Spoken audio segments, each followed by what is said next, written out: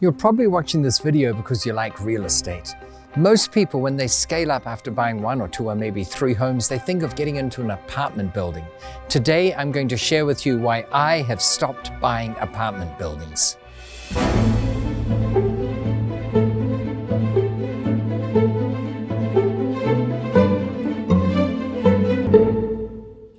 So Dolf, you don't invest in apartment complexes? Well, no, actually I don't. I used to. I still have some, but I can explain exactly why I don't invest in them anymore. And by the way, just a disclaimer, are there people investing in apartment buildings who are doing really well? Of course they are. It's not to denigrate what they're doing. I'm here to tell you why I personally have stopped investing in apartment buildings.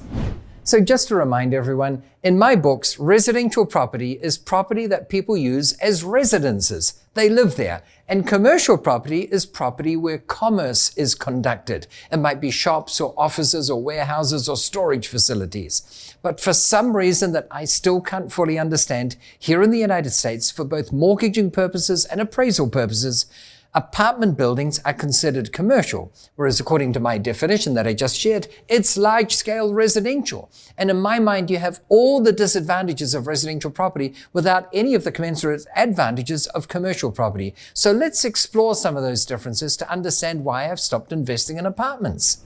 So the question becomes, what determines the value of a residential property? Well, the market determines the value. In fact, for a residential property to double in value, the entire market has to go up by a factor of 2. Whereas the value of a commercial property is determined by its rental income.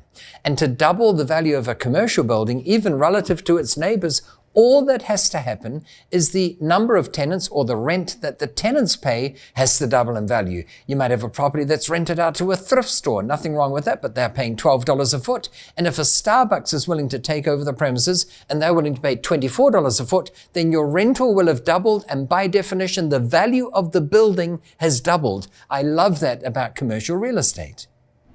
Because of that, it is much easier to find a commercial property that is below market value or one that's not rented at market value. You buy it, you put a better paying tenant in there, and the value goes up. I have yet to figure out a way of getting that instant lift in value from a residential property.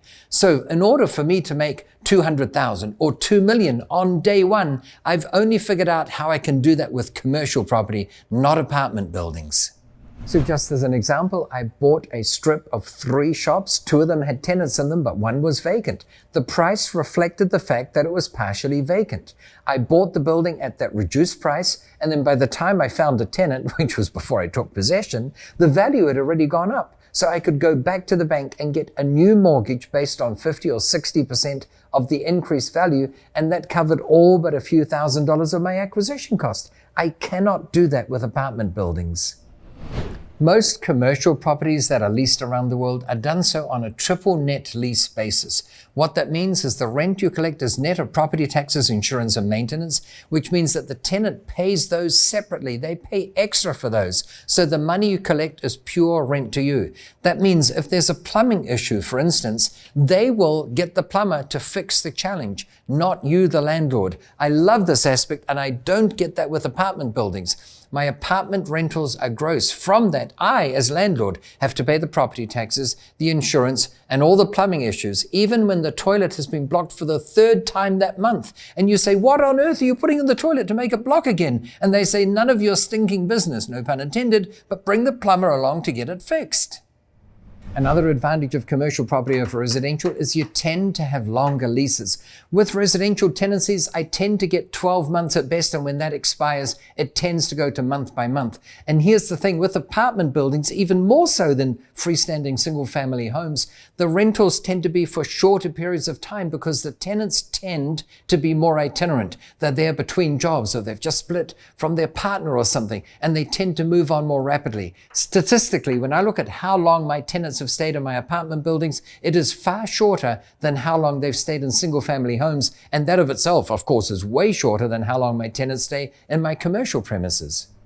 Another great advantage of commercial real estate is that it lends itself to much more creativity. But here's the interesting thing. It's not just on your part. It's not just that you can dream up different things that you can do with a property or put a little box-like structure on the property and turn it into a takeaway coffee shop and get people taking their coffees there every morning. You've got that. But there's also the creativity on the part of the tenant.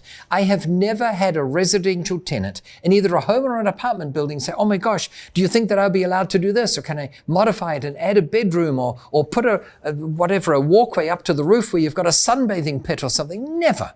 Whereas with commercial properties, they're always coming to me saying, hey, landlord, do you think we'd be able to do this? Can we do that?